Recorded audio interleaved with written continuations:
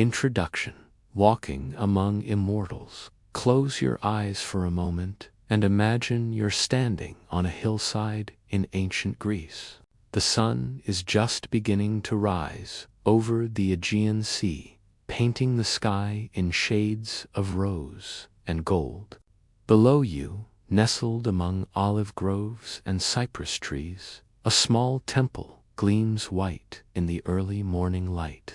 The air is cool and carries the scent of wild thyme and the distant salt of the sea. Smoke rises from the temple altar, curling upward in delicate spirals, carrying prayers and offerings to the heavens above.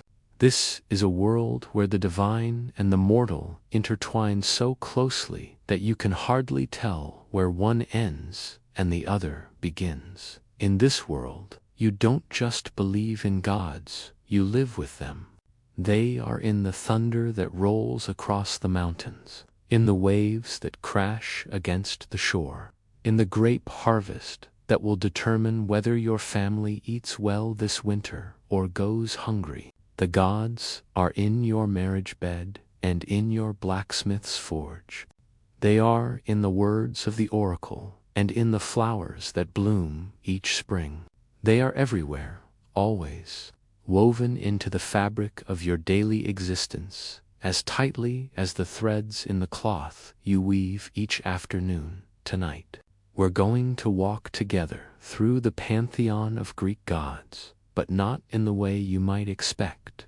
We're not here for dramatic tales of epic battles or scandalous affairs, though those stories exist and have their place. Instead, we're going to explore something quieter, something more intimate. We're going to try to understand what these gods meant to the people who believed in them. The ordinary men and women who woke each morning in ancient Greece and went about their lives under the watchful eyes of the immortals. You see, the Greek gods weren't distant, abstract concepts locked away in philosophical treatises. They weren't untouchable beings who existed in some far-off realm, completely separate from human concerns. They were immediate. They were personal. They were, in many ways, deeply, recognizably human, just, amplified, immortal, and infinitely more powerful. They felt jealousy and love, rage and joy. They played favorites and held grudges. They rewarded loyalty and punished disrespect. And because of this, they made sense to the people who worshipped them. Imagine being an ancient Greek farmer, standing in your field at dawn. You don't have meteorology to explain why the rain comes or doesn't come. You don't have agricultural science to tell you about soil composition and crop rotation. What you have are the gods. You have Zeus, who controls the sky and sends the rain. You have Demeter, who blesses the harvest. You have Poseidon, who can shake the very earth beneath your feet if he's angered. These aren't just stories to you, they're explanations. They're the framework through which you understand everything that happens in your world. And there's something deeply comforting about that framework, isn't there? When tragedy strikes, when your child falls ill or your crops fail, it's not random, meaningless chaos. It's the will of the gods. And perhaps, just perhaps, if you make the right offering, say the right prayer, honor the right deity, things might improve. There's agency in that. There's hope. Even in the face of forces you cannot control, you're not entirely powerless. You can appeal to the divine. You can seek favor. You can try to understand what you did to deserve misfortune and make amends. The gods also provided something else that's easy to overlook from our modern perspective. They validated human experience. When you looked at Zeus and Hera's troubled marriage, full of infidelity and anger and reconciliation, you saw a divine mirror of struggles you might be facing in your own home. When you heard about Demeter's grief over losing her daughter, you recognized your own pain when death took someone you loved. The gods weren't perfect, and that made them relatable.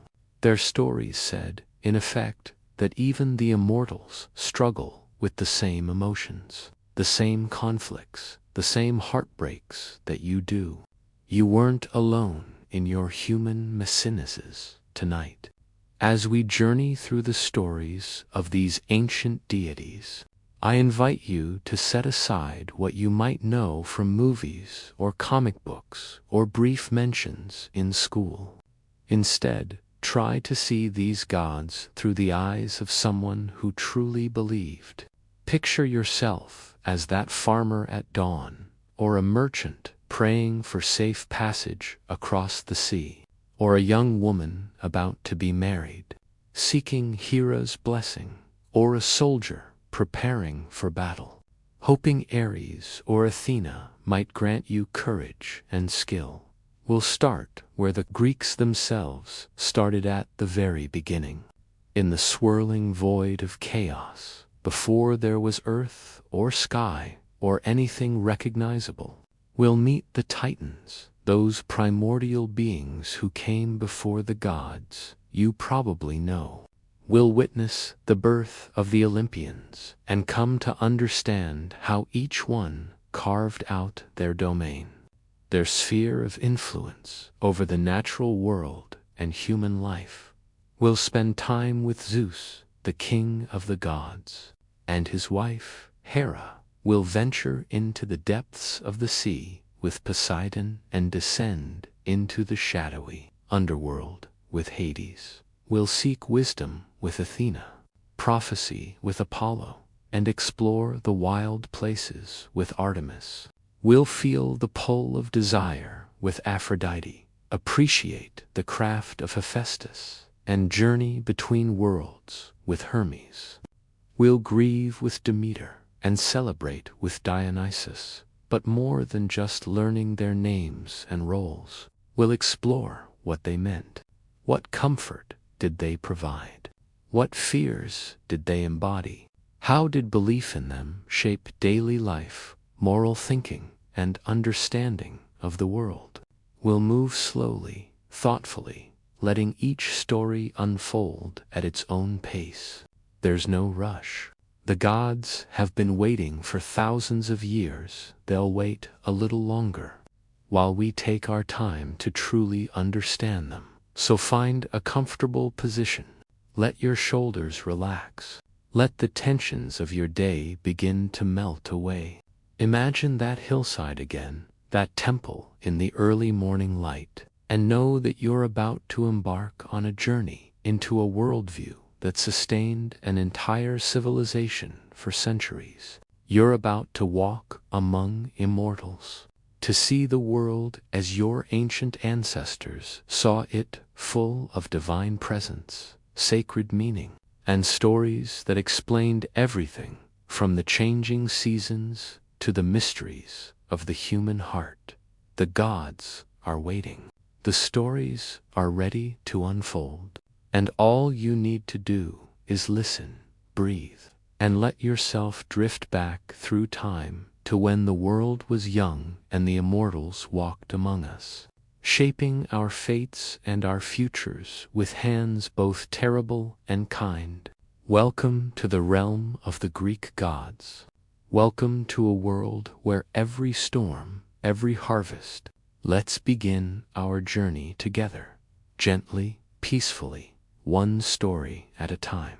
Are you ready? Then let's step back through the mists of time, back to the very beginning, to the moment before there was anything at all, to chaos and the birth of everything.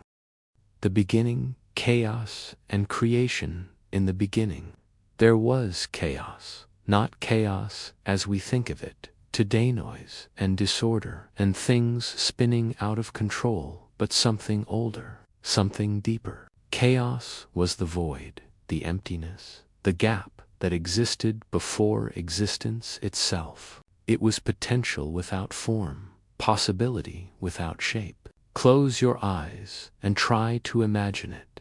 No light, no darkness, no up or down, no time passing or standing still. Just infinite, empty space, waiting, and then, from chaos, came Gaia. She simply emerged, as if the void itself decided it was tired of being empty. Gaia was the earth, not just the ground beneath your feet, but the earth as a living, conscious being. Every mountain was part of her body, every valley, every plain and forest and shore. She was vast beyond comprehension, ancient beyond measure, and she was alone. Can you imagine it? Being the only thing that exists, the only consciousness in all of creation, surrounded by emptiness. But Gaia wouldn't remain alone for long. From her own being, she brought forth Uranus, the sky. He spread himself above her like a great dome, studded with stars. And together they became the first pair, the first union. Earth and sky, locked in an eternal embrace. And from their union came children, the Titans, beings of tremendous power and size, embodiments of fundamental forces. There was Oceanus, the great river that encircled the world. There was Hyperion, who would father the sun and moon. There was Themis, the embodiment of divine law and order. And there was Kronos, the youngest, the most cunning, the one who would change everything. Now, here's something important to understand about these early beings. When ancient Greeks spoke of Gaia and Uranus and the Titans, they weren't really talking about gods the way we think of Zeus or Athena. These primordial beings were more like personified natural forces. Gaia wasn't a goddess who controlled the earth. She was the earth itself, given consciousness and will. Uranus wasn't a god who ruled the sky. He was the sky, alive and aware. This distinction matters because it tells us something about how the ancient Greeks understood their world. Everything was alive. Everything had awareness. The very ground you walked on, the sky above you, the ocean that surrounded your islands, all of it was conscious. All of it had intention. But this primordial family wasn't happy. Uranus, it turned out, was a terrible father. Each time Gaia gave birth to a new child, Uranus would look at these powerful, potentially threatening beings and feel fear. So he did something cruel. He pushed them back into Gaia's body, forcing them to remain hidden in the depths of the earth. Can you imagine Gaia's pain? Carrying her children within her, unable to release them, feeling them struggle and suffer. The earth itself was in agony, and that agony would have consequences. Gaia called out to her children, begging one of them to help her, to stop Uranus's cruelty. Only Kronos answered. She fashioned for him a great sickle, sharp and curved, made from the hardest stone, or perhaps from adamant, that mythical, unbreakable metal. And when Uranus came down to embrace Gaia once more, Kronos, with one swift, terrible blow, he castrated his father, severing sky from earth, ending their eternal union. Uranus retreated upward, wounded and diminished, and from his blood, spilled upon the earth, came more beings, spirits of vengeance, and the giants, and some say even Aphrodite herself. Born from the foam where his severed flesh fell into the sea, Kronos became the new ruler, king of the Titans, lord of the Golden Age. For a time, things were peaceful. The world was young and beautiful. Kronos married his sister, Rhea, and they began to have children of their own. But here's where the cycle repeated itself, the same pattern playing out again with different players. You see, Uranus, as he retreated into the upper air, had cursed his son. He prophesied that just as Kronos had overthrown him, so too would Kronos be overthrown by one of his own children, and Kronos believed the prophecy. Fear crept into his heart, the same fear his father had felt. But instead of pushing his children back into their mother's womb, Kronos chose a different, equally terrible solution. Each time Rhea gave birth, he would take the infant and swallow it whole, trapping his children in his belly, where they couldn't grow strong enough to challenge him. One by one, he swallowed them: Hestia, goddess of the hearth; Demeter, goddess of the harvest; Hera, who would become queen of the gods; Hades, lord of the underworld; and Poseidon, god of the sea. Imagine Rhea's grief. 5 times she gave birth, and 5 times her husband stole her child away, consuming them before she could even hold them properly. The pain must have been unbearable. But when she became pregnant for the 6th time, she decided enough was enough. She went to Gaia, her grandmother, the ancient earth herself, and together they devised a plan. When Rhea gave birth to her 6th child, a son named Zeus, she hid him away in a cave on the island of Crete. Some stories say it was on Mount Ida, others say Mount Dicte. The location varied depending on who was telling the tale.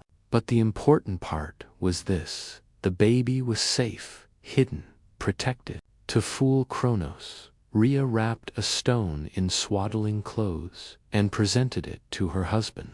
And Kronos, so consumed by fear and suspicion that he didn't even look closely, swallowed the stone whole, believing he had once again eliminated the threat. Meanwhile, in his hidden cave, baby Zeus grew.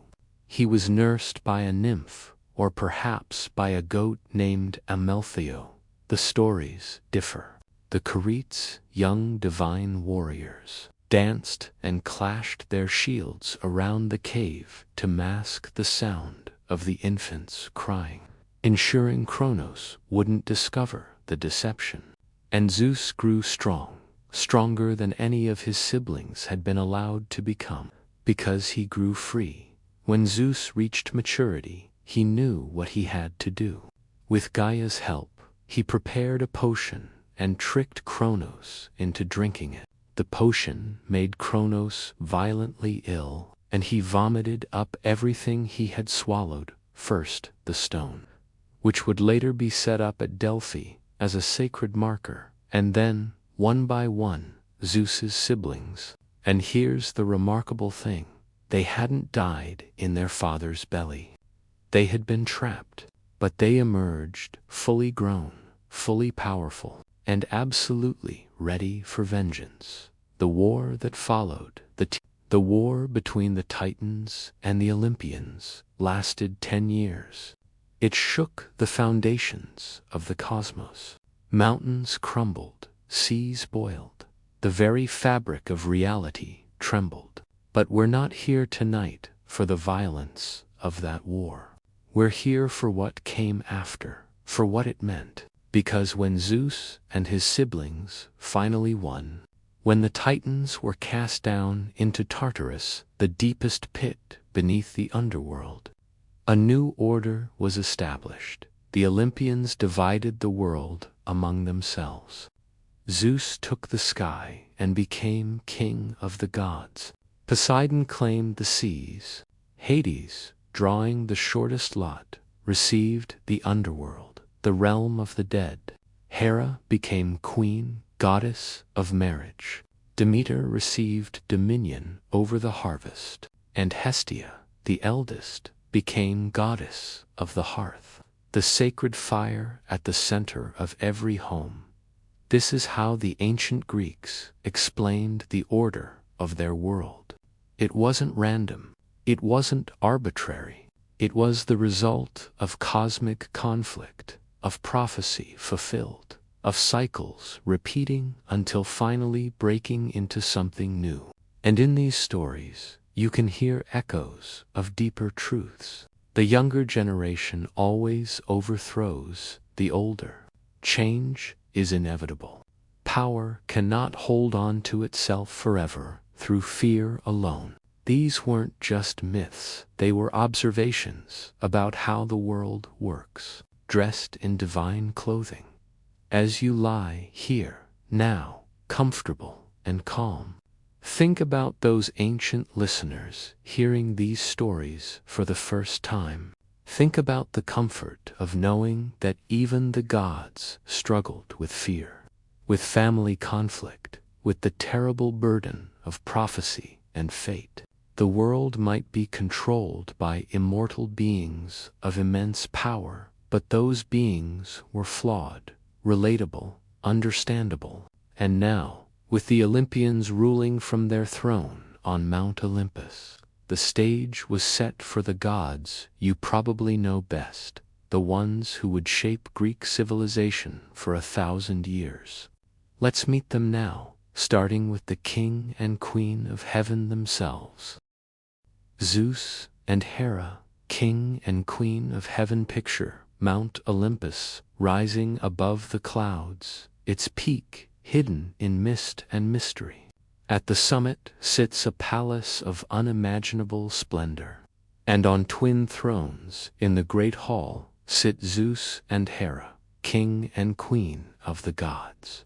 But before we talk about their power and glory, let's talk about what they actually meant to the people who prayed to them each day.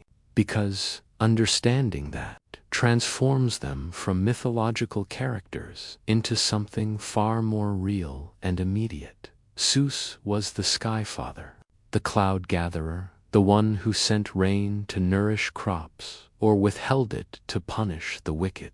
When you were an ancient Greek farmer watching storm clouds build over the horizon, you were watching Zeus. When thunder rolled across the mountains, that was his voice. When lightning split the sky, that was his weapon, the famous thunderbolt forged by the craftsman god Hephaestus. But Zeus was more than just weather. He was the god of justice, the protector of guests and supplicants, the one who punished oath-breakers and those who violated the sacred laws of hospitality. Think about what that meant in practical terms. In ancient Greece, there were no police, no courts as we know them, no guaranteed enforcement of contracts or agreements. When you swore an oath, you swore it by Zeus, and everyone believed, truly believed, that if you broke that oath, divine punishment would follow. When a stranger arrived at your door, you welcomed them, fed them, gave them shelter, because they might be a god in disguise. And Zeus himself protected travelers and strangers. He was called Zeus Xenios in this role, Zeus the hospitable, and the fear of offending him kept the bonds of civilization strong, even in the absence of formal law. Zeus was also Zeus Ktesios, protector of the household and its property. Small altars to Zeus stood in courtyards, and families would make simple offerings, a bit of grain, a cup of wine, asking for his protection over their home. He was Zeus Horkios when invoked in oaths, Zeus Sotor when called upon as savior in times of danger. He had dozens of epithets, dozens of aspects, because he touched so many parts of life. He was everywhere, always, the ultimate authority to whom all appeals could be made. But Zeus had flaws. Oh, how he had flaws. His infidelity was legendary, a constant source of divine drama. He pursued goddesses, nymphs, and mortal women with equal enthusiasm, transforming himself into various forms to seduce them: a swan, a bull, a shower of gold, a cloud. And each affair, each child, born from these unions, drove his wife Hera into jealous rage. Now, from our modern perspective, this can seem simply scandalous, or even amusing in its absurdity. But to the ancient Greeks, this aspect of Zeus represented something important about power and masculinity in their culture. Kings and powerful men did take multiple partners. Fidelity wasn't expected in the same way it is today, particularly not from men. Zeus's behavior, while extreme, was a divine reflection of earthly reality. And his transformations, his elaborate seductions, were metaphors for how desire can change us, make us into something other than ourselves, drive us to extraordinary lengths. The stories weren't moral lessons about staying faithful, they were observations about human nature, amplified to divine scale. And then there was Hera, beautiful, powerful, dignified Hera, queen of the gods and goddess of marriage. She sat on her throne beside Zeus, his equal in majesty, if not in power, and she watched. Oh, how she watched! Hera saw every affair, every betrayal, and her anger was terrible and swift. But here's what's important to understand. Hera almost never punished Zeus directly.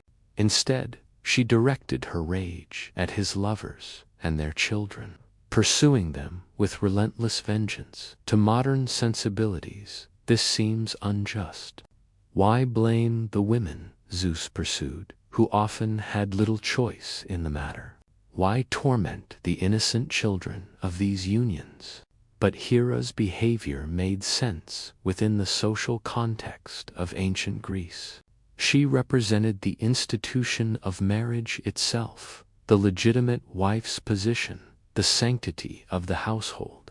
When Zeus had affairs, he threatened the social order, the clear lines of legitimate and illegitimate children, the stability of the household. Hera's vengeance was the divine embodiment of society's defense of marriage, however imperfect and painful that defense might be. Think about what Hera meant to an ancient Greek woman, married off young to a man she might not have chosen, expected to manage his household, bear his children, and turn a blind eye to whatever else he might do. When that woman prayed to Hera, she was praying to someone who understood her position, who embodied the dignity and authority she could claim within her role as wife, even if that role came with suffering. Hera was proud. She was regal. She demanded respect. And when she punished those who violated the marriage bond, she was validating every wife's right to anger at betrayal. Even if she couldn't express it against her own husband, Hera was also the goddess of childbirth, invoked by women in labor. As Hera Telia, she presided over the fulfillment of marriage through children. She protected women during the dangerous process of giving birth, though her protection could be withheld from those who had offended her. This made her both source of comfort and object of fear. You prayed to Hera when you married, when you hoped for children, when labor began, asking her to look favorably on you, to grant you her protection and blessing. The relationship between Zeus and Hera, for all its dysfunction, was eternal. They fought constantly, reconciled occasionally, and remained bound to each other through all of time. This permanence said something important to the Greeks. Marriage endures. It might not be easy, it might not always be happy, but it endures. The king and queen of heaven had their struggles, their conflicts, their painful moments, and yet they remained king and queen, bound together on their twin thrones. There's a gentleness we can find in understanding this, even across the vast gulf of time and cultural difference. The ancient Greeks didn't expect perfection from their gods, and therefore didn't expect perfection from themselves or their relationships. They expected struggle. They expected conflict. They expected that powerful emotions, love, jealousy, anger, desire, would create complications. But they also believed in endurance, in the bonds that hold despite difficulty, in the roles we play and the dignity we can find within them. When you stood before a temple of Zeus, perhaps you brought a simple offering, some grain, some wine, maybe an animal. If you could afford a tand, you asked for rain for your fields, or justice against someone who had wronged you, or protection for a journey you were about to undertake. You approached with respect, with proper ritual, because you understood that Zeus, despite his power, despite being king of the gods, paid attention to mortals. He listened to prayers. He intervened in human affairs. You mattered to him, and when you stood before a temple of Hera, perhaps preparing for your wedding or hoping for a child, you approached with a different kind of reverence. You acknowledged her authority over the domain of marriage and family. You hoped she would look favorably on you, bless your union, grant you healthy children. You understood that she had power over one of the most important transitions and roles in your life, and you sought her goodwill. These weren't abstract philosophical concepts. These were immediate, personal relationships with divine beings who shaped your daily existence. Zeus and Hera were as real to an ancient Greek as the sky above and the earth below. As real as thunder and childbirth, as real as the marriage bed and the oath sworn before witnesses. They were woven into the fabric of life so thoroughly that you couldn't imagine the world without them. And in a world without them, without divine oversight and justice and protection, wouldn't everything seem terribly uncertain and frightening? So as you rest now, comfortable and calm, imagine that certainty. Imagine knowing that the King of the gods watches over oaths and hospitality, that the Queen of heaven presides over marriage and childbirth, that divine attention is always possible, divine intervention always within reach if you approach correctly with proper respect and ritual. There's a strange comfort in it, isn't there? Even with all the flaws, all the conflicts, all the very human mesinses of these divine beings.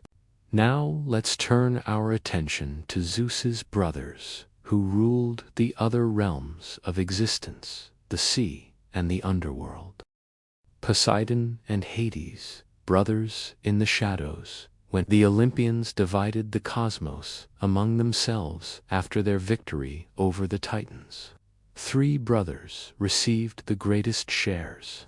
Zeus took the sky and became king of the gods. But his brothers, Poseidon and Hades, received domains equally vast, equally important, though often overlooked in the shadow of Zeus's glory. Tonight, let's visit these realms, the depths of the sea and the depths of the earth, and meet the gods who ruled them. Poseidon, god of the sea, the earthshaker, lord of horses.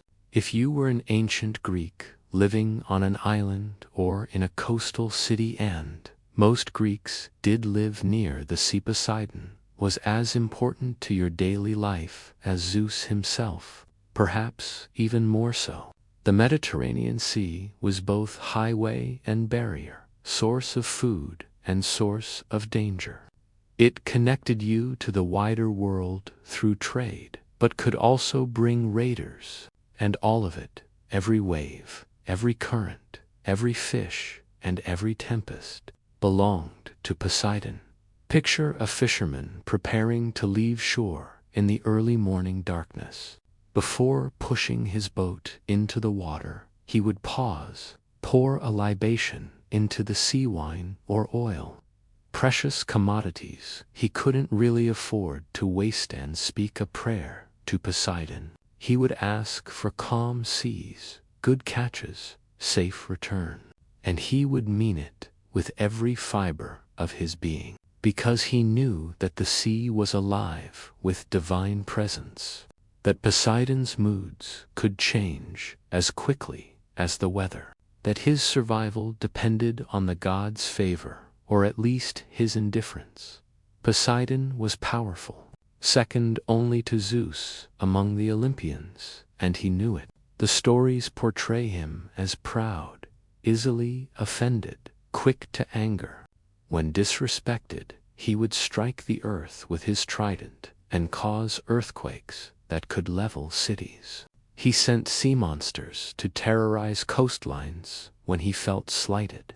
The famous story of Poseidon's contest with Athena over who would become patron of Athens shows this pride perfectly. Poseidon struck the Acropolis with his trident and produced a spring of salt water, impressive, powerful, but ultimately not as useful as the olive tree Athena offered.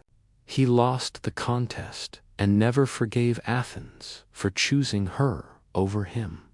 But Poseidon wasn't only fearsome, he was also the god of horses, those magnificent animals that were so crucial to Greek warfare and agriculture. The connection between the sea god and horses seems strange at first. But think about it, both horses and waves have that same quality of barely controlled power. That sense of tremendous force that can either serve you or destroy you. Watch waves breaking on a shore or a horse running at full gallop, and you'll see the same wild beauty, the same dangerous grace. Poseidon embodied both. Sailors and fishermen prayed to Poseidon constantly, but so did cavalrymen and charioteers, and anyone who worked with horses. Coastal cities held festivals in his honor, with games and sacrifices, particularly bull sacrifices, since bulls were considered especially appropriate offerings to the Earthshaker. The Isthmian Games, held near Corinth every 2 years, were dedicated to Poseidon. Athletes competed in his honor, knowing that the god watched and appreciated physical excellence, strength, and competitive spirit. What's touching, in a way, is how personal these relationships with Poseidon were. A merchant sailing to trade goods would have a personal relationship with the god, built up over years of voyages and prayers and offerings.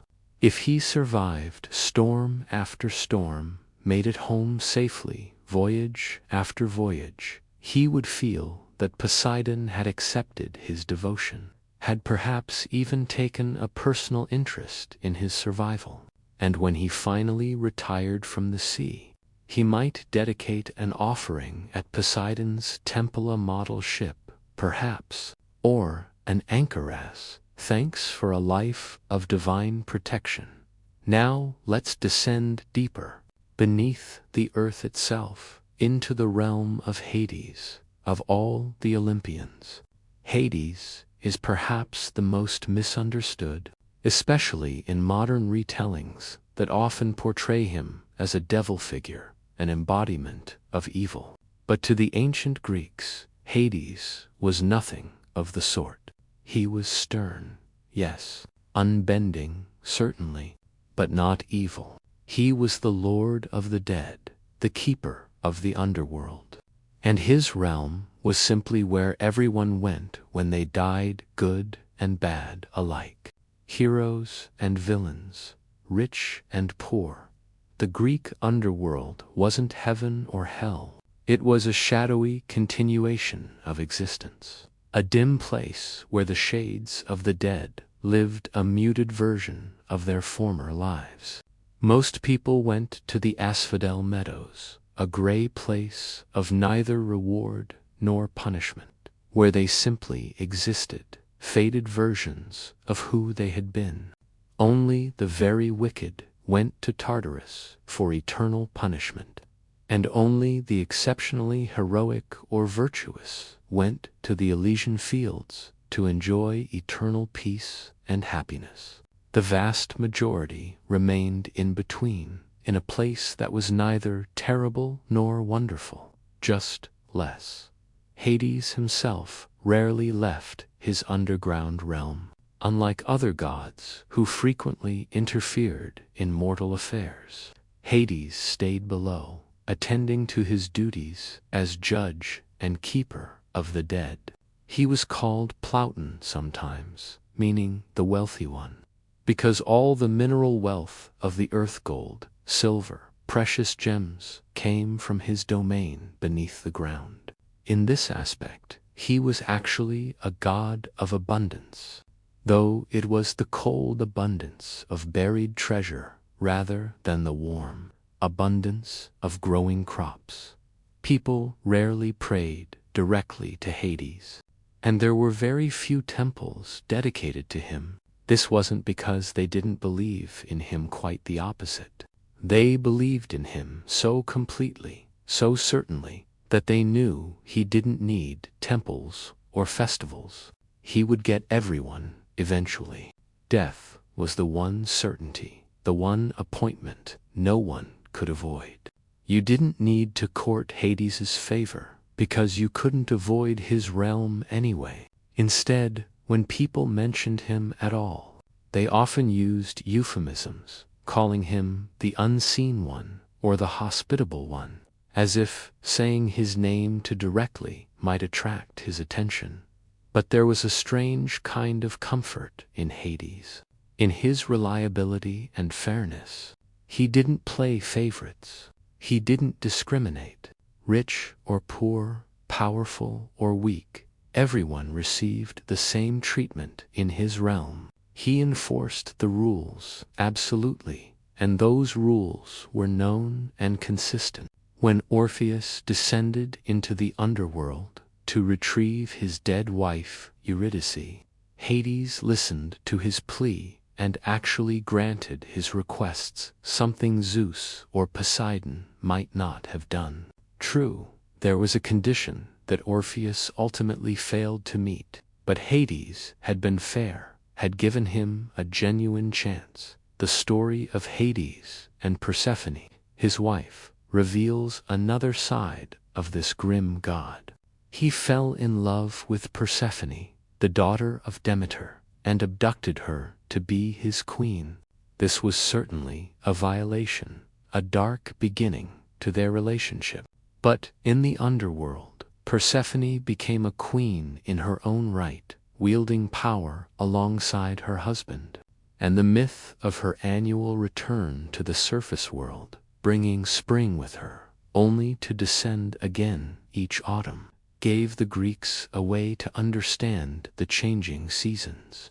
Even in the darkest myth, there was meaning, explanation, a framework for understanding the world. Think about an ancient Greek at a funeral, watching the body of a loved one being prepared for burial. They would place a coin in the dead person's mouth, payment for Charon, the ferryman who would row them across the river Styx into Hades's realm. They would perform the proper rituals, say the proper prayers, because they believed absolutely that their loved one was beginning a journey, moving from this world into the next, from the realm of the living into the realm of the dead, and Hades would be there, waiting, ready to receive another soul into his eternal kingdom. There was fear in that belief, certainly. Death is frightening, and the underworld, even in its fairness, was a grim place. But there was also certainty. You knew where you were going. You knew the rules. You knew that the Lord of the Dead would treat you fairly, without favoritism or cruelty, just cold, impartial justice. In a world full of uncertainty, where the whims of gods and the chaos of fate could destroy everything you loved in an instant, that certainty was worth something. Poseidon and Hades, the sea and the underworld, water and depth, the sustaining and the final. These brothers of Zeus ruled realms. Most people tried to avoid thinking about too much the dangerous sea that could swallow you whole, the inevitable grave that waited for everyone. But they were necessary gods, essential to the cosmic order. Without Poseidon, there would be no fish, no trade, no connection between islands and cities. Without Hades, there would be nowhere for the dead to go, no proper conclusion to life's journey.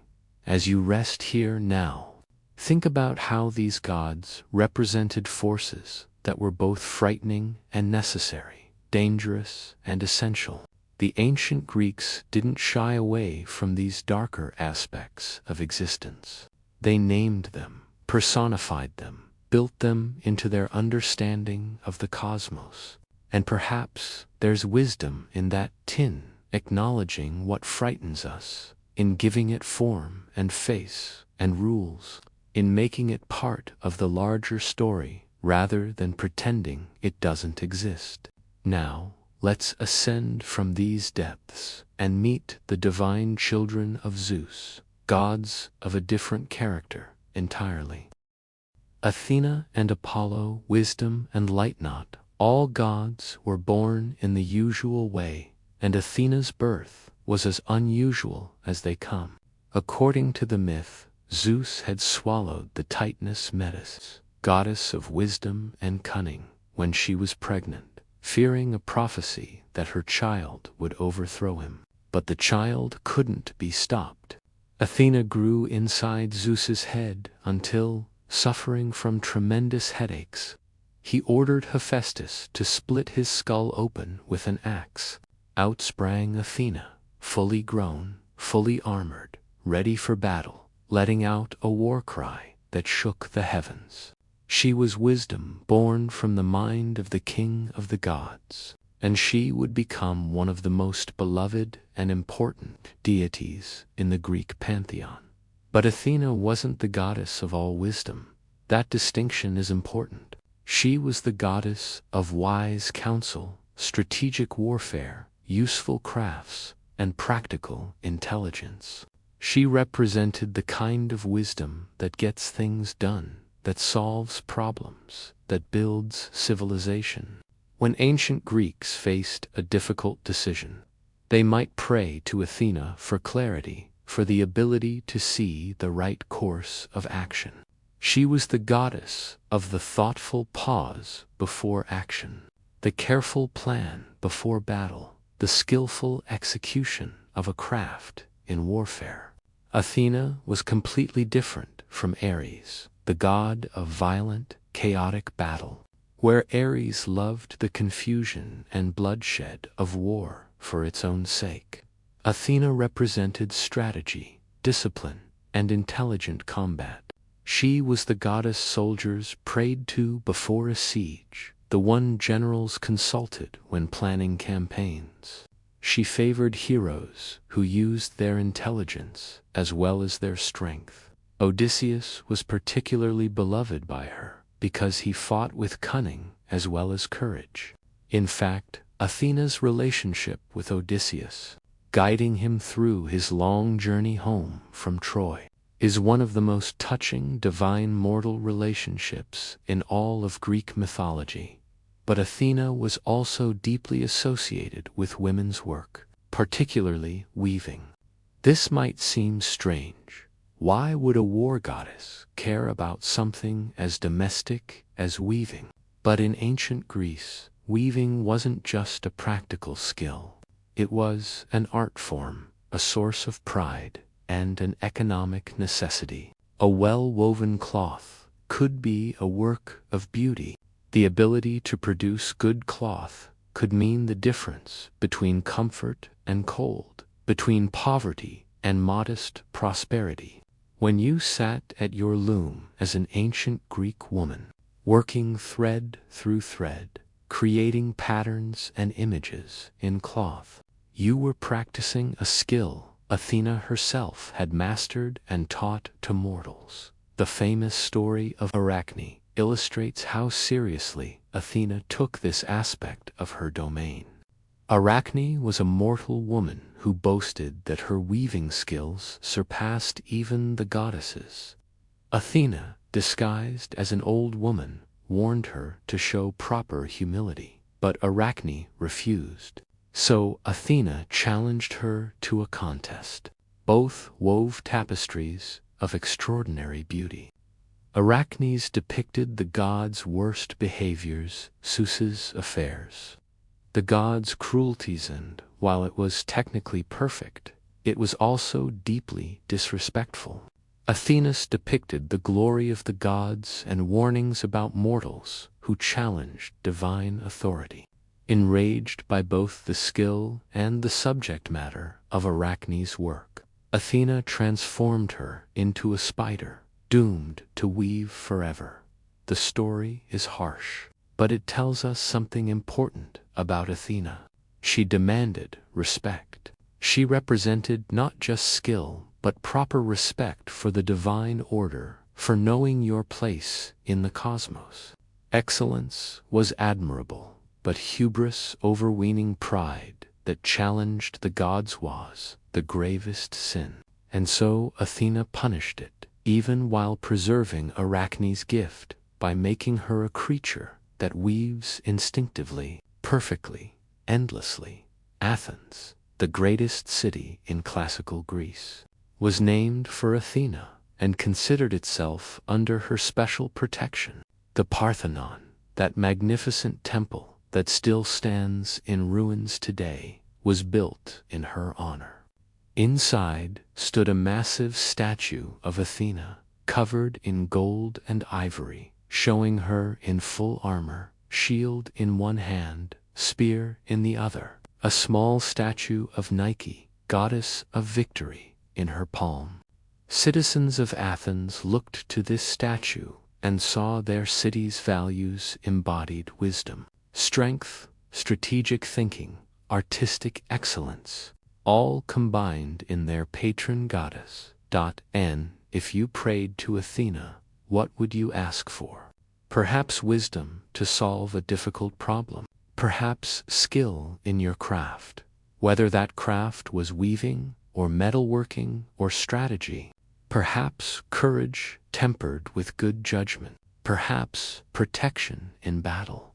Not the berserker rage of Ares, but the cool-headed bravery that wins wars through planning and discipline. Athena offered a kind of excellence that was achievable through effort and intelligence, rather than through pure physical might. In that way, she was democratic, available to anyone willing to think carefully and work skillfully. Now, let's turn to Apollo, perhaps the most complex and multifaceted of all the Olympian gods. He was the god of light, but not sunlight exactly. That was Helios's domain originally, though Apollo later became associated with the sun. Apollo's light was more metaphorical, the light of truth, of knowledge, of clarity. He was the god of prophecy, of music and poetry, of healing and plague, of archery and athletics. His domains seemed to contradict each other: healing and plague, music and archery. But Apollo embodied the Greek ideal of excellence in all things, the balance between seemingly opposite qualities. The oracle at Delphi was Apollo's most famous shrine and one of the most important religious sites in the entire ancient world. People traveled from all over the Mediterranean to consult the oracle, to ask questions about their futures, to seek divine guidance for important decisions. The Pythia, Apollo's priestess, would enter a trance state, perhaps induced by volcanic gases rising through a fissure in the earth, or perhaps by ritualistic preparation. Scholars still debate this and speak Apollo's prophecies in often cryptic, ambiguous language. Imagine you're an ancient Greek who has journeyed to Delphi with a pressing question. Perhaps you're trying to decide whether to establish a new colony, or whether to go to war, or how to end a plague ravaging your city. You've brought offerings, animals for sacrifice, hoping to please the god. You wait your turn, anxious, hopeful, fearful. Finally, you're allowed to approach. The Pythia speaks, her words strange, difficult to interpret. Is it a genuine message from Apollo, or is it deliberately vague so that any outcome can seem predicted? You don't know, but you take the words seriously, weighing them, trying to understand what the god is telling you. Apollo's prophecies were famous for being technically true, but easily misunderstood. King Croesus of Lydia asked the oracle what would happen if he went to war against Persia. The oracle replied that if he went to war, a great empire would fall. Encouraged, Croesus attacked, and a great empire did indeed fall, his own. The prophecy was accurate but misleading, teaching the lesson that divine knowledge doesn't always lead where mortals expect. But Apollo wasn't only about prophecy. He was also the god of music, leader of the muses, master of the lyre.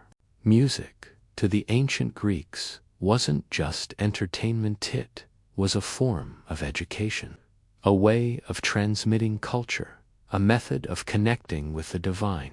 When Apollo played his lyre, the gods themselves stopped to listen. When you played music or recited poetry, you were engaging in an activity sacred to Apollo, raising yourself closer to the divine through artistic expression. Apollo also sent and cured plagues. In the Iliad, the epic begins with Apollo sending a plague to the Greek camp because their leader, Agamemnon, had dishonored Apollo's priest. The gods' arrows, invisible, bring disease and death, but Apollo could also cure. He was the father of Asclepius, the god of medicine, and healing temples dedicated to Apollo dotted the Greek world. If you fell ill, you might travel to one of these temples, make offerings, sleep in the sacred precinct, and hope for a healing dream sent by the god. What's striking about Apollo is this balance between destruction and healing, between prophecy that helps and prophecy that misleads, between the beautiful music of the lyre and the deadly accuracy of the bow. He represented the complexity of existence, the way the same force can harm or heal depending on circumstances. He was rational but not cold, artistic but not weak, truthful but not always clear. Young men especially looked to Apollo as an ideal. He was forever youthful, beautiful, athletic, skilled in all the pursuits that Greek culture valued. The gymnasium, where young men trained their bodies, was often associated with Apollo. Athletic competitions held in his honor celebrated physical excellence as a form of religious devotion. To be kalos, kagathos, beautiful and good, was to embody something of Apollo's nature. As you lie here, peaceful and calm, consider what it meant to have gods like Athena and Apollo watching over different aspects of civilization. They represented the highest aspirations of Greek culture: wisdom, strategic thinking, artistic excellence, physical beauty, the pursuit of knowledge, the healing arts. They were the gods you tried to emulate, whose qualities you hoped to develop in yourself or see in your children.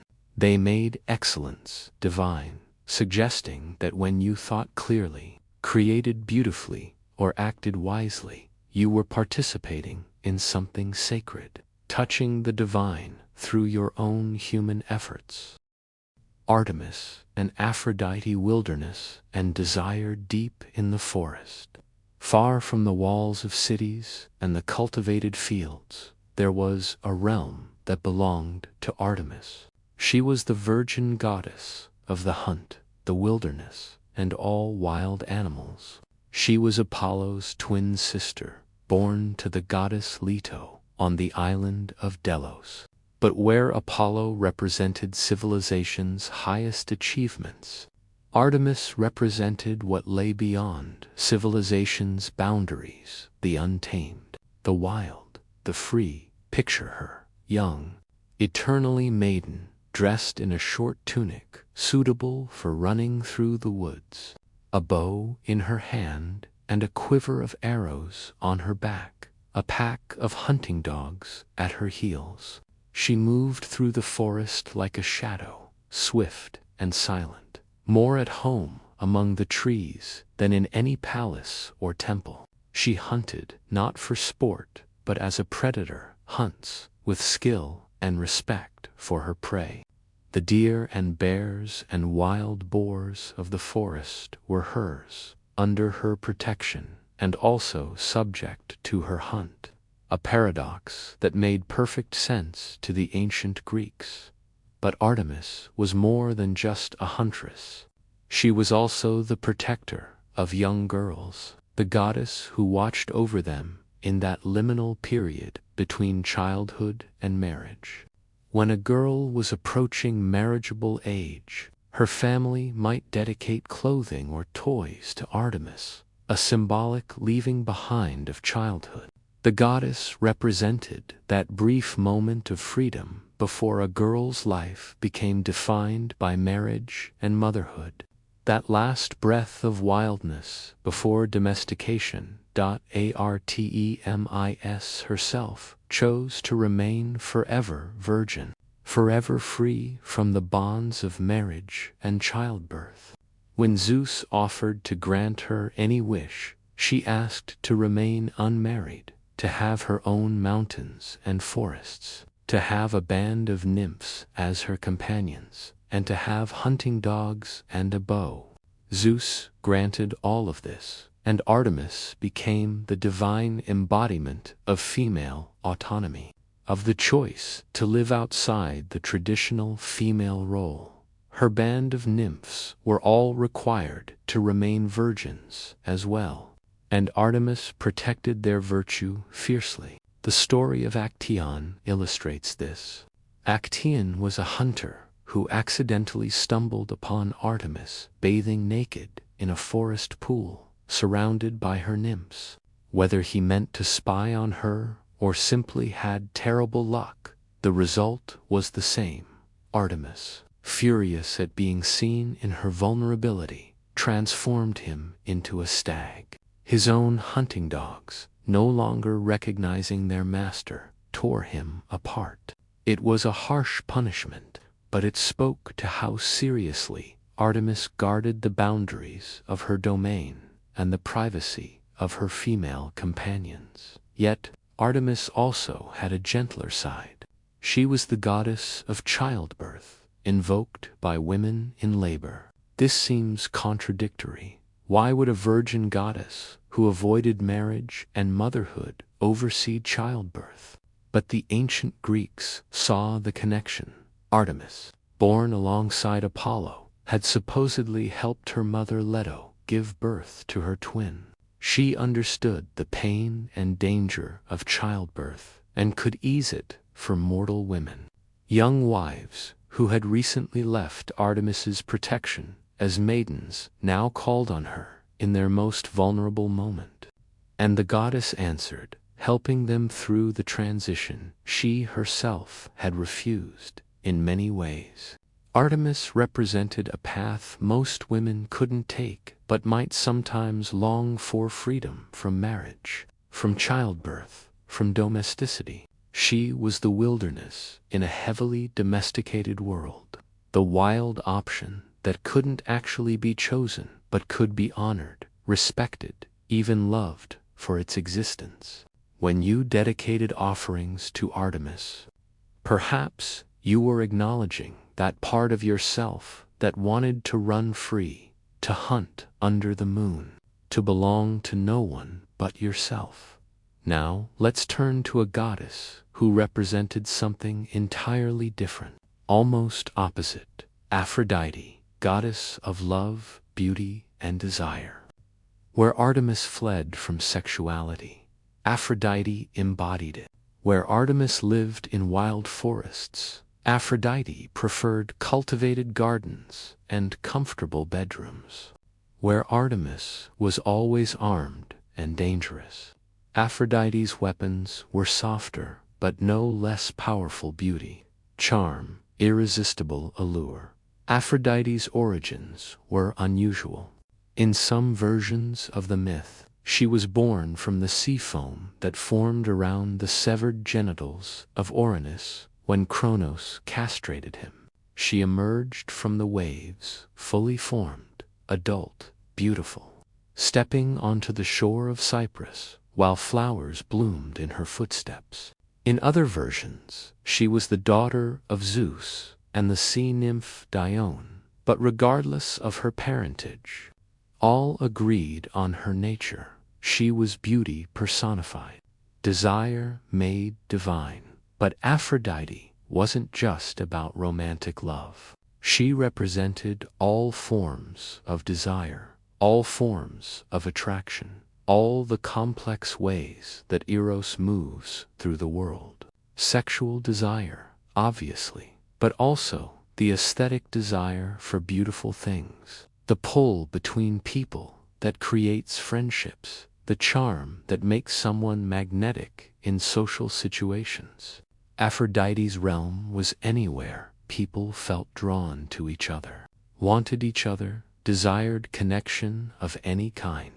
She was married to Hephaestus, the god of the forge, a political arrangement by Zeus. But Aphrodite's most famous affair was with Ares, the god of war. The combination of love and war, beauty and violence, might seem strange, but the ancient Greeks understood the connection. Both passion and battle involve losing control, giving yourself over to forces larger than reason. Both can be destructive. Both can be glorious. The affair between Aphrodite and Ares produced several children, including Eros, romantic love, and harmony, showing how even from adultery, beauty and balance could emerge. The famous story of Hephaestus trapping the lovers shows the social complications of Aphrodite's nature. Hephaestus, suspecting his wife's infidelity, forged an invisible net and placed it over the bed. When Aphrodite and Ares lay together, they were caught, trapped in the net, and Hephaestus called all the gods to witness their shame. The gods came and saw the naked lovers, exposed and humiliated. Yet even caught in adultery, even shamed before the divine assembly, Aphrodite remained beautiful, remained desirable, remained herself. She couldn't be diminished by scandal, because desire itself can't be shamed out of existence. For mortal women, Aphrodite represented the power and danger of sexuality. She could make you irresistibly attractive, could help you win a lover's heart, could bless your marriage bed with passion and fertility. But she could also drive you to destructive desire, make you fall in love with inappropriate partners, cloud your judgment with overwhelming attraction. Her famous girdle, which made anyone who wore it irresistibly attractive, was a symbol of how beauty and charm could be tools, weapons even, but also how they could trap the bearer as much as those attracted to them. The story of the judgment of Paris shows Aphrodite's power and its consequences. When the young prince Paris had to judge which goddess was most beautiful, Hera, Athena, or Aphrodite's goddess, offered him a bribe. Hera offered power, Athena offered wisdom and military glory. But Aphrodite offered him the most beautiful woman in the world, Helen of Sparta. Paris chose Aphrodite, accepted her gift, and thereby set in motion the chain of events that led to the Trojan War, beauty and desire. Aphrodite's gifts could change the world, could bring down cities, could launch 1,000 ships. Young women preparing for marriage would pray to Aphrodite, asking for her blessing, hoping their husbands would desire them, that passion would grace their marriage bed. Courtesans and prostitutes particularly honored Aphrodite, seeing their profession as sacred to her. Even respectable wives acknowledged that keeping a husband's desire alive required Aphrodite's help.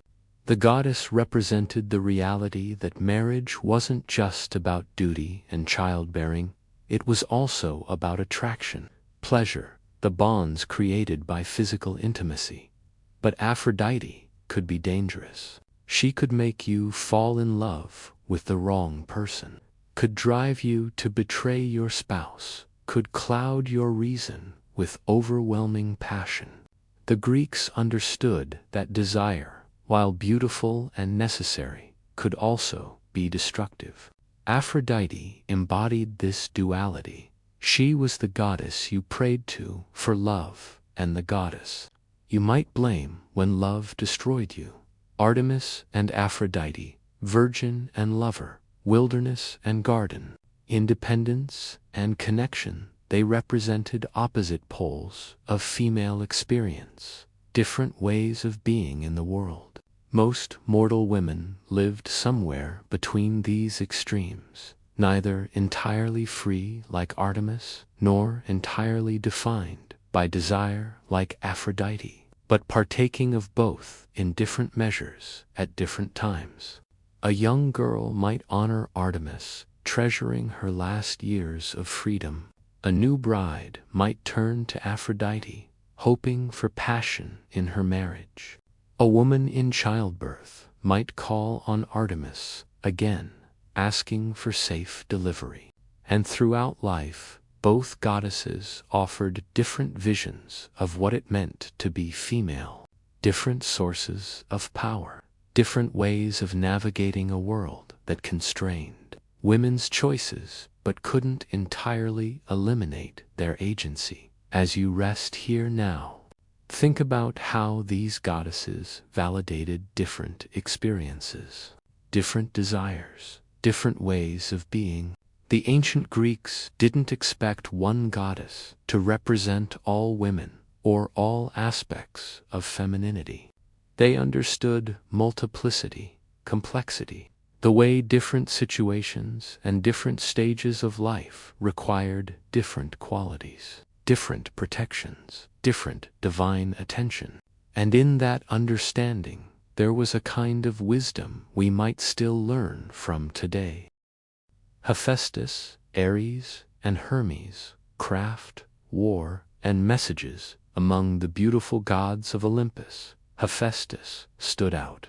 He was lame, his legs twisted and weak, his appearance rough and often covered in soot from his forge. The story of how he came to be this way varies.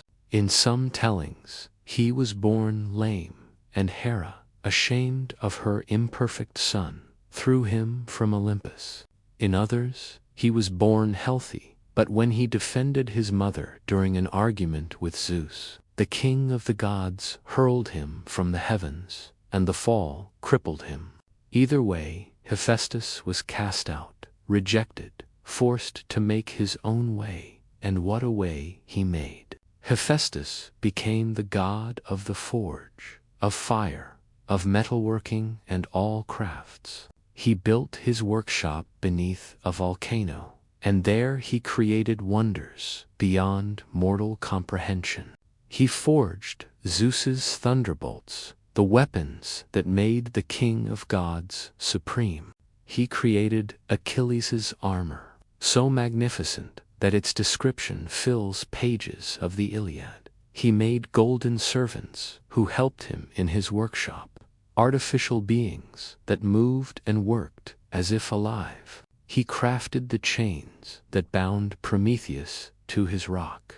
He made gifts for the gods that combined beauty with function, art with utility. Think about what Hephaestus meant to the blacksmiths and craftspeople of ancient Greece.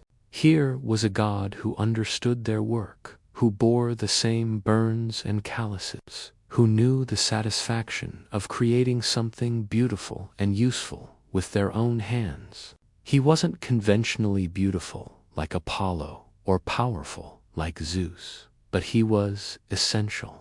Without Hephaestus, the gods would have no weapons, no tools, no palaces. His skill made him indispensable, gave him a place on Olympus, despite his appearance and rough manner. There's something deeply moving about Hephaestus. He was rejected by his mother, humiliated by his wife's affairs, mocked by other gods for his appearance. Yet he continued to create, continued to work, continued to provide the very things that made divine life possible. He represented the dignity of labor, the value of skill, the way that excellence in one's craft could compensate for other disadvantages. When a blacksmith stood at his forge in ancient Greece, sweating over hot metal, shaping iron into tools or weapons, he was engaged in work that Hephaestus himself had made sacred. Hephaestus also represented adaptation and resilience. His disability didn't define him, it was something he worked around, compensated for, ultimately transcended through his skill. In a culture that prized physical perfection, especially in its gods, Hephaestus stood as a reminder that other forms of excellence existed, that the mind and hands could create value that mere beauty or strength could not. Now let's turn to a very different god, Ares, god of war. Where Athena represented strategic warfare, intelligent combat, honorable battle, Ares represented something much more primal, the bloodlust, the chaos, the sheer violence of combat. He loved war for its own sake, loved the confusion and terror and slaughter. He fought without strategy, without purpose, beyond the joy of fighting itself. And interestingly, the Greeks didn't particularly like him for it. Unlike most other gods, Ares received relatively little worship. There were few temples dedicated to him, few festivals in his honor. When he appears in myths, he's often portrayed negatively cowardly when wounded, easily defeated by more intelligent opponents, a bully who enjoys violence but lacks the courage or skill of true warriors.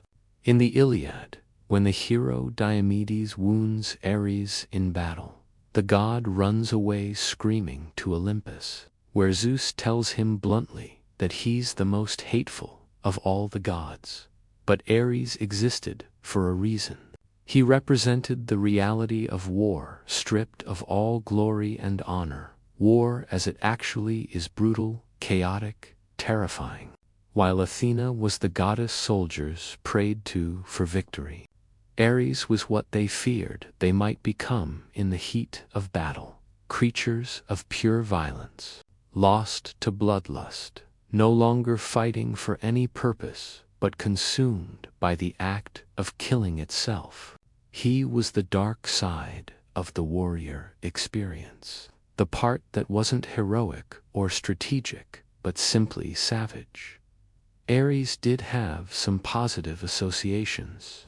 He was the lover of Aphrodite, that union of love and war we discussed earlier.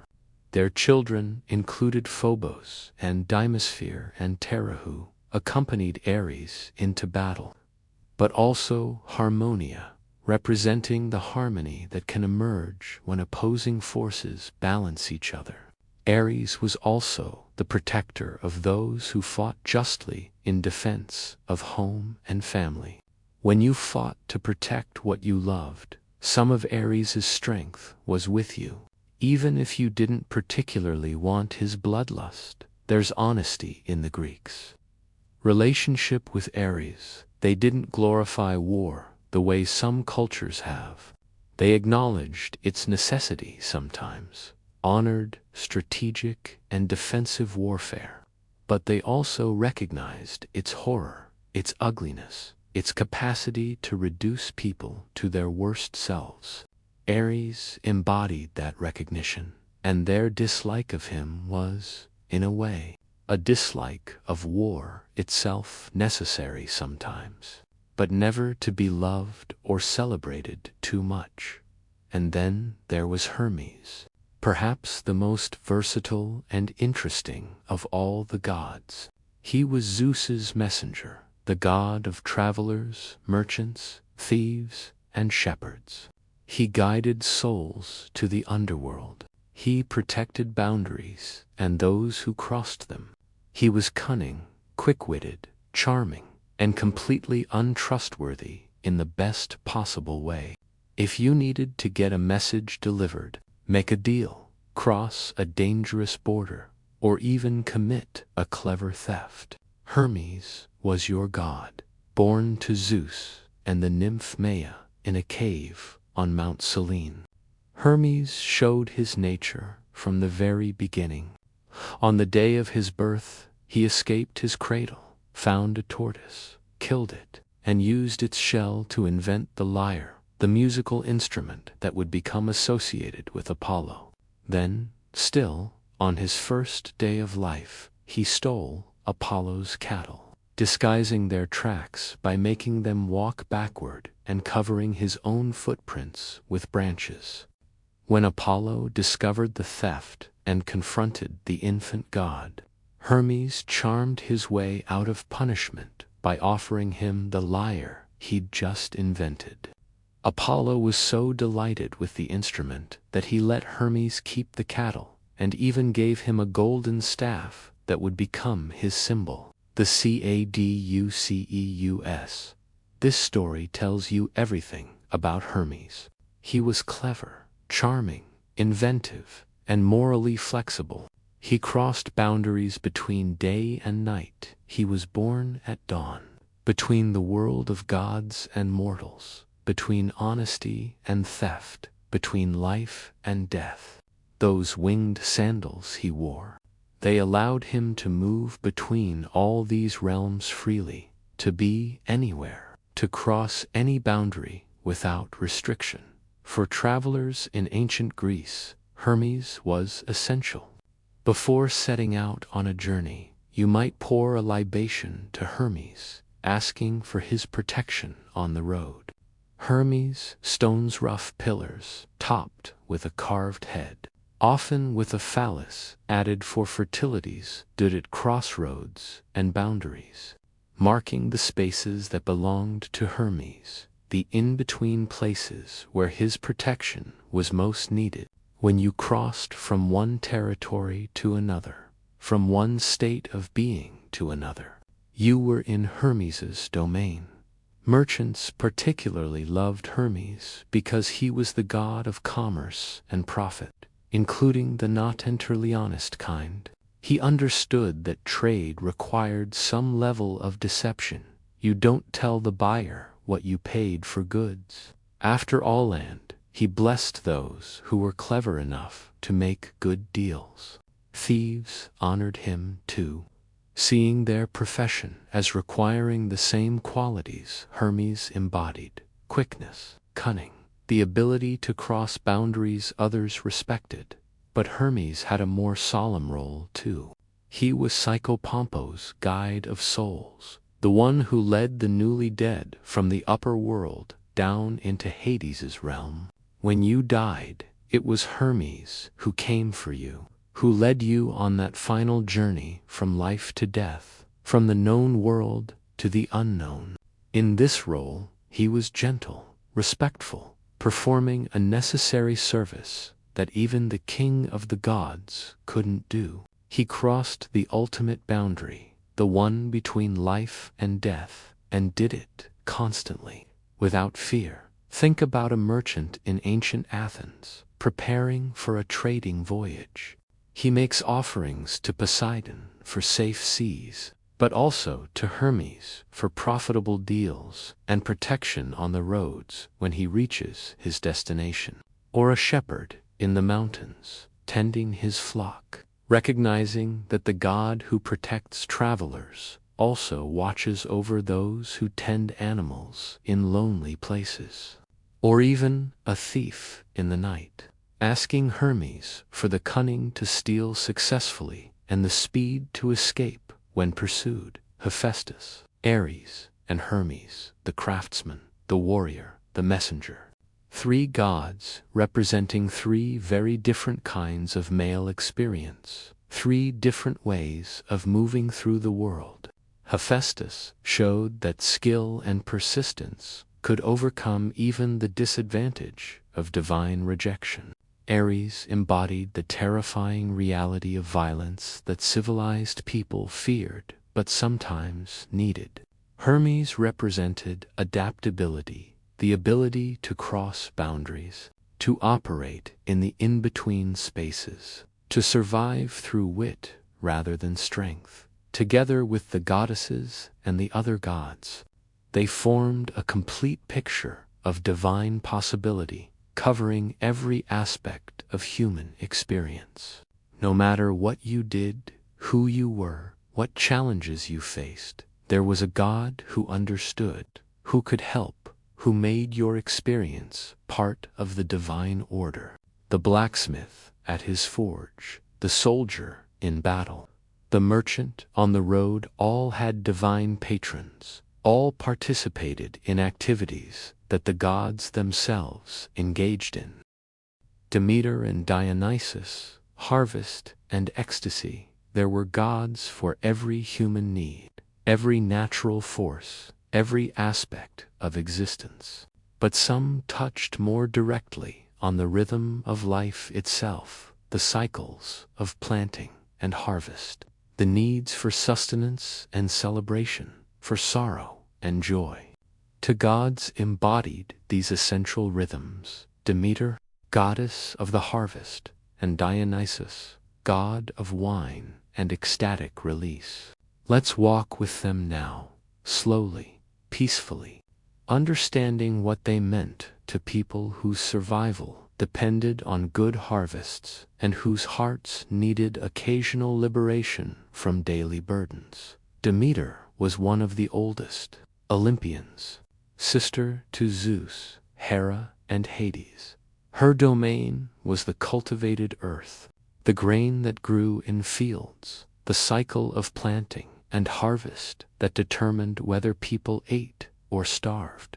In a world without grocery stores or global food networks, without the ability to transport food across vast distances or store it safely for extended periods, the harvest was everything. A good harvest meant life. A failed harvest meant death. And Demeter controlled it all. Picture a farming family in ancient Greece. Their entire year revolved around the agricultural cycle. Spring planting, summer growth, autumn harvest, winter dormancy. Every stage required back-breaking labor and constant worry. Would the rains come at the right time? Would the grain grow strong? Would the harvest be sufficient? These weren't abstract concerns. They were matters of life and death. And so the family prayed to Demeter, made offerings to her, performed rituals in her honor, hoping she would look favorably on their fields and grant them a good harvest. The Eleusinian Mysteries, secret religious rites held in honor of Demeter and her daughter Persephone, were among the most important in the ancient Greek world. Initiates traveled to Eleusis and participated in rituals that were so sacred, so secret, that revealing them was punishable by death. We still don't know exactly what happened during these mysteries, because the participants kept the secret so well, but we know they involved reenacting the story of Demeter and Persephone, and that those who experienced them felt profoundly changed, comforted about death, reassured about the cycle of life, and what a story it was. Demeter's beloved daughter, Persephone, was gathering flowers in a meadow when the earth suddenly split open. Hades, lord of the underworld, emerged in his chariot and seized her, dragging her down into his realm to be his queen. Demeter, not knowing what had happened, searched frantically for her daughter. She wandered the earth in grief, neglecting her duties, and as her sorrow deepened, nothing would grow. The crops withered. The earth became barren.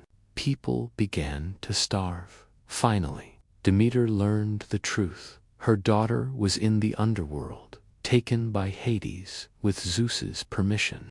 Her grief turned to rage. She refused to let anything grow until Persephone was returned. Zeus, seeing that mortals would all die if this continued, sent Hermes to negotiate Persephone's release. Hades agreed to let her go, but before she left, he gave her pomegranate seeds to eat.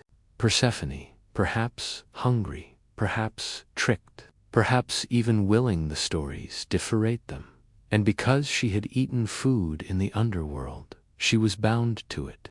The compromise reached was this: Persephone would spend part of each year with her mother on the surface, and part with her husband in the underworld. When Persephone returned to Demeter, the goddess's joy made the earth bloom spring and summer. When Persephone descended back to Hades, Demeter's grief made the earth barren autumn and winter. The changing seasons were explained through a mother's love and loss, repeated eternally. This myth resonated so deeply with ancient Greeks because it touched on universal experiences. The grief of losing a child, whether to death, to marriage, to any form of permanent separation, was something many mothers knew. Demeter's frantic search, her rage, her refusal to accept the loss, her eventual compromise with reality, all of this felt true, felt real. And the fact that even the gods experienced such grief, that even divine love couldn't prevent loss, made mortal suffering feel less isolating, less meaningless. The myth also connected personal grief to the agricultural cycle in a way that made both more bearable. Your sorrow over loss was like Demeter's sorrow, natural and right, and part of the cosmic order. And just as Persephone returned each spring, just as the earth bloomed again after winter's death, perhaps your own losses weren't entirely permanent. Perhaps there was hope for renewal, for reunion. If not in this life, then in whatever came after. When you poured grain on Demeter's altar, when you celebrated her festivals, when you initiated into her mysteries, you were acknowledging your dependence on her, yes, but also connecting your own experiences of loss and hope to something larger, something divine, something that had been felt and survived since the beginning of time. Now, let's turn to Dionysus, the youngest of the Olympians, god of wine, theater, ecstasy, and divine madness.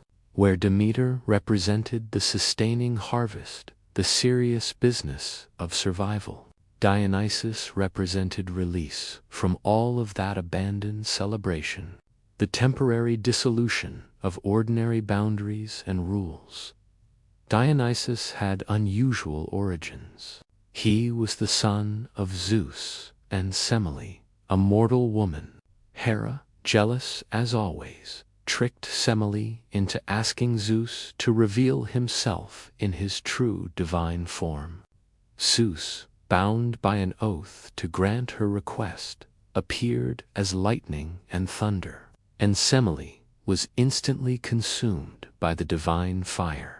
But Zeus rescued the unborn Dionysus from her womb and sewed him into his own thigh, carrying the child to term himself. Dionysus was thus twice born, once from his mother and once from his father, a god who had experienced both mortal and divine gestation.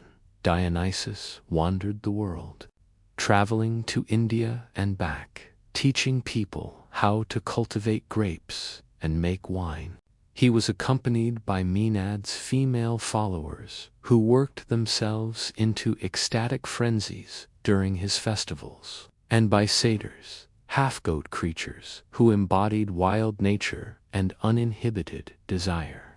When Dionysus came to a city, he brought both blessing and danger, the joy of wine and celebration, but also the threat of losing control, of madness, of violence born from ecstatic frenzy. The myth of Pentheus, king of Thebes, illustrates Dionysus's dangerous side.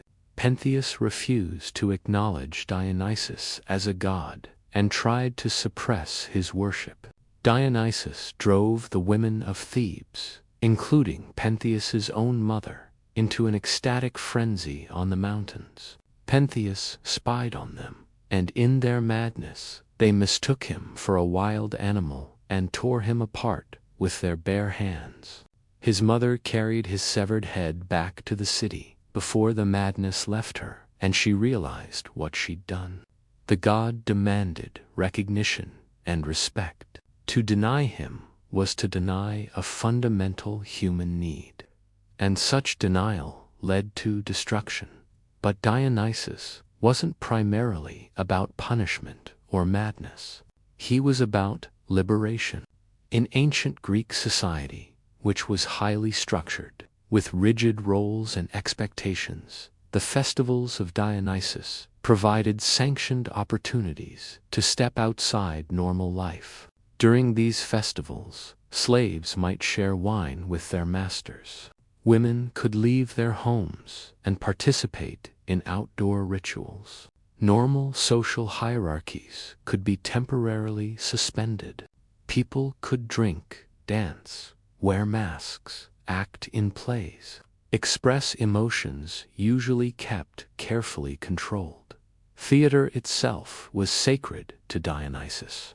The great dramatic festivals in Athens, where tragedies and comedies were performed, were religious occasions honoring the god.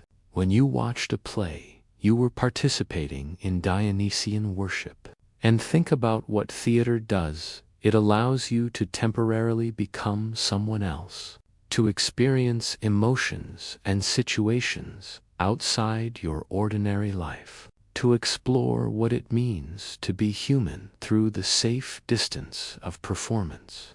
That transformation, that temporary loss of self into a character or story, was a form of the ecstasy that Dionysus offered. Wine, of course, was central to Dionysian worship. But wine wasn't just about getting drunk, though that was certainly part of it. Wine was a civilizing force. Grapes had to be cultivated, wine carefully made, the process requiring knowledge and patience. Yet wine also dissolved civilization's constraints, loosening tongues, lowering inhibitions, creating temporary communities of shared intoxication. Dionysus embodied this paradox: cultivation and wildness, civilization and its dissolution, all in one god, all in one cup of wine. When you participated in a Dionysian festival, you weren't transgressing against society. You were participating in a necessary social safety valve. The intense ecstasy, the temporary madness, the release from ordinary constraints, all of this was contained within ritual boundaries. You could go wild, but at an appointed time and place. And when the festival ended, you returned to normal life, perhaps purged of tensions that might otherwise have built to destructive levels. Demeter and Dionysus. Sustenance and celebration, the serious business of survival, and the necessary release from that seriousness. They represented the rhythm of human life, work and rest, grief and joy, control and release. You couldn't have one without the other. You needed the harvest to survive, but you also needed occasions to celebrate that survival, to temporarily forget your worries, to experience joy and abandon. Think about a Greek farmer at harvest time. The work is exhausting, the stakes are everything, and Demeter is in every stalk of grain, every grape on the vine. But when the harvest is safely stored, when survival is assured for another year, then comes Dionysus. Artemis, an Aphrodite wilderness and desire deep in the forest. Far from the walls of cities and the cultivated fields, there was a realm that belonged to Artemis. She was the virgin goddess of the hunt, the wilderness, and all wild animals. She was Apollo's twin sister, born to the goddess Leto on the island of Delos.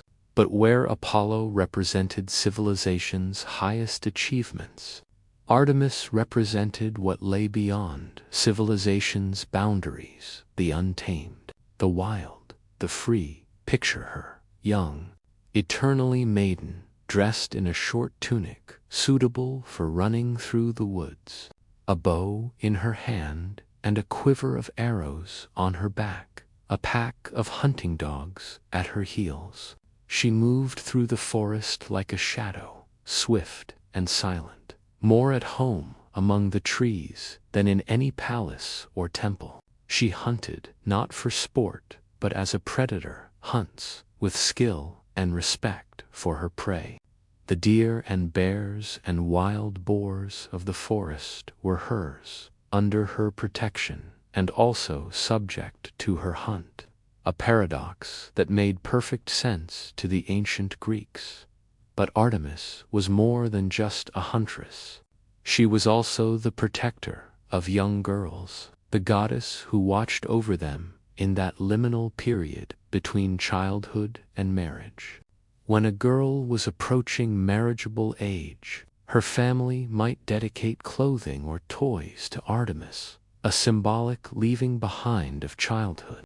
The goddess represented that brief moment of freedom before a girl's life became defined by marriage and motherhood, that last breath of wildness before domestication.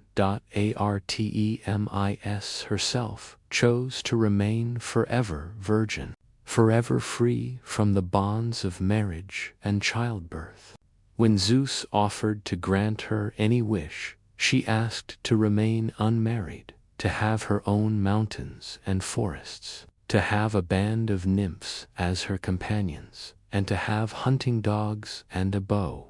Zeus granted all of this, and Artemis became the divine embodiment of female autonomy, of the choice to live outside the traditional female role. Her band of nymphs were all required to remain virgins as well, and Artemis protected their virtue fiercely. The story of Actaeon illustrates this. Actaeon was a hunter who accidentally stumbled upon Artemis bathing naked in a forest pool, surrounded by her nymphs. Whether he meant to spy on her or simply had terrible luck, the result was the same. Artemis, furious at being seen in her vulnerability, transformed him into a stag. His own hunting dogs, no longer recognizing their master, tore him apart. It was a harsh punishment, but it spoke to how seriously Artemis guarded the boundaries of her domain and the privacy of her female companions. Yet, Artemis also had a gentler side. She was the goddess of childbirth, invoked by women in labor. This seems contradictory. Why would a virgin goddess who avoided marriage and motherhood oversee childbirth? But the ancient Greeks saw the connection. Artemis, born alongside Apollo, had supposedly helped her mother Leto give birth to her twin. She understood the pain and danger of childbirth and could ease it for mortal women. Young wives who had recently left Artemis's protection as maidens now called on her in their most vulnerable moment. And the goddess answered, helping them through the transition she herself had refused in many ways. Artemis represented a path most women couldn't take, but might sometimes long for: freedom from marriage, from childbirth, from domesticity. She was the wilderness in a heavily domesticated world, the wild option that couldn't actually be chosen but could be honored, respected, even loved for its existence. When you dedicated offerings to Artemis, perhaps you were acknowledging that part of yourself that wanted to run free, to hunt under the moon, to belong to no one but yourself.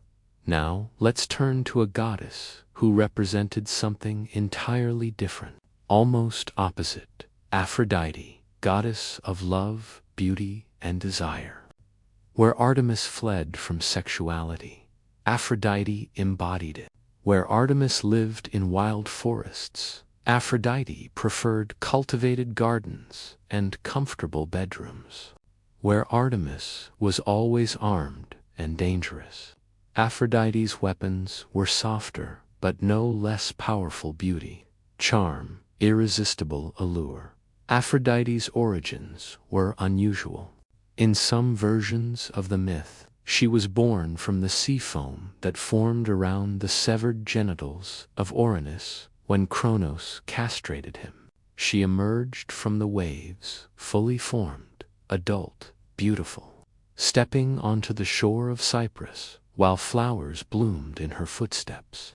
In other versions, she was the daughter of Zeus and the sea nymph Dione, but regardless of her parentage, all agreed on her nature. She was beauty personified, desire made divine. But Aphrodite wasn't just about romantic love. She represented all forms of desire, all forms of attraction, all the complex ways that Eros moves through the world. Sexual desire, obviously, but also the aesthetic desire for beautiful things, the pull between people that creates friendships, the charm that makes someone magnetic in social situations. Aphrodite's realm was anywhere people felt drawn to each other, wanted each other, desired connection of any kind. She was married to Hephaestus, the god of the forge, a political arrangement by Zeus. But Aphrodite's most famous affair was with Ares, the god of war. The combination of love and war, beauty and violence, might seem strange, but the ancient Greeks understood the connection. Both passion and battle involve losing control, giving yourself over to forces larger than reason. Both can be destructive. Both can be glorious. The affair between Aphrodite and Ares produced several children, including Eros, romantic love, and harmony, showing how even from adultery, beauty and balance could emerge. The famous story of Hephaestus trapping the lovers shows the social complications of Aphrodite's nature. Hephaestus, suspecting his wife's infidelity, forged an invisible net and placed it over the bed. When Aphrodite and Ares lay together, they were caught, trapped in the net, and Hephaestus called all the gods to witness their shame. The gods came and saw the naked lovers, exposed and humiliated. Yet even caught in adultery, even shamed before the divine assembly, Aphrodite remained beautiful, remained desirable, remained herself. She couldn't be diminished by scandal, because desire itself can't be shamed out of existence. For mortal women, Aphrodite represented the power and danger of sexuality. She could make you irresistibly attractive, could help you win a lover's heart, could bless your marriage bed with passion and fertility. But she could also drive you to destructive desire, make you fall in love with inappropriate partners, cloud your judgment with overwhelming attraction. Her famous girdle, which made anyone who wore it irresistibly attractive, was a symbol of how beauty and charm could be tools, weapons even, but also how they could trap the bearer as much as those attracted to them. The story of the judgment of Paris shows Aphrodite's power and its consequences. When the young prince Paris had to judge which goddess was most beautiful, Hera, Athena, or Aphrodite, goddess, offered him a bribe. Hera offered power, Athena offered wisdom and military glory. But Aphrodite offered him the most beautiful woman in the world, Helen of Sparta. Paris chose Aphrodite, accepted her gift, and thereby set in motion the chain of events that led to the Trojan War, beauty and desire. Aphrodite's gifts could change the world, could bring down cities, could launch 1,000 ships. Young women preparing for marriage would pray to Aphrodite, asking for her blessing, hoping their husbands would desire them, that passion would grace their marriage bed. Courtesans and prostitutes particularly honored Aphrodite, seeing their profession as sacred to her. Even respectable wives acknowledged that keeping a husband's desire alive required Aphrodite's help. The goddess represented the reality that marriage wasn't just about duty and childbearing, it was also about attraction, pleasure, the bonds created by physical intimacy. But Aphrodite could be dangerous. She could make you fall in love with the wrong person, could drive you to betray your spouse, could cloud your reason with overwhelming passion. The Greeks understood that desire, while beautiful and necessary, could also be destructive. Aphrodite embodied this duality. She was the goddess you prayed to for love and the goddess you might blame when love destroyed you. Artemis and Aphrodite, virgin and lover, wilderness and garden, independence and connection, they represented opposite poles of female experience, different ways of being in the world. Most mortal women lived somewhere between these extremes, neither entirely free like Artemis, nor entirely defined by desire like Aphrodite, but partaking of both in different measures at different times. A young girl might honor Artemis, treasuring her last years of freedom. A new bride might turn to Aphrodite, hoping for passion in her marriage. A woman in childbirth might call on Artemis again, asking for safe delivery. And throughout life, both goddesses offered different visions of what it meant to be female, different sources of power, different ways of navigating a world that constrained women's choices but couldn't entirely eliminate their agency. As you rest here now, think about how these goddesses validated different experiences, different desires, different ways of being. The ancient Greeks didn't expect one goddess to represent all women or all aspects of femininity. They understood multiplicity, complexity, the way different situations and different stages of life required different qualities, different protections, different divine attention. And in that understanding, there was a kind of wisdom we might still learn from today. And so we come to the end of tonight's story. Thank you truly for spending this time with me. If you enjoyed this journey through history, please subscribe and turn on notifications so you never miss a new episode. Leave a like if this helped you relax, and share it with anyone who might need a peaceful night's rest. I'd love to hear from you in the comments. What part of Genghis Khan's story stayed with you the most? What would you like to explore in future episodes? Your voice matters here. Now, let go of the day. Let go of everything that doesn't serve you in this moment. The step is quiet, the wind is soft, and sleep is waiting for you, gentle and warm. Good night, dear listener. Rest well, and I'll see you in the next story.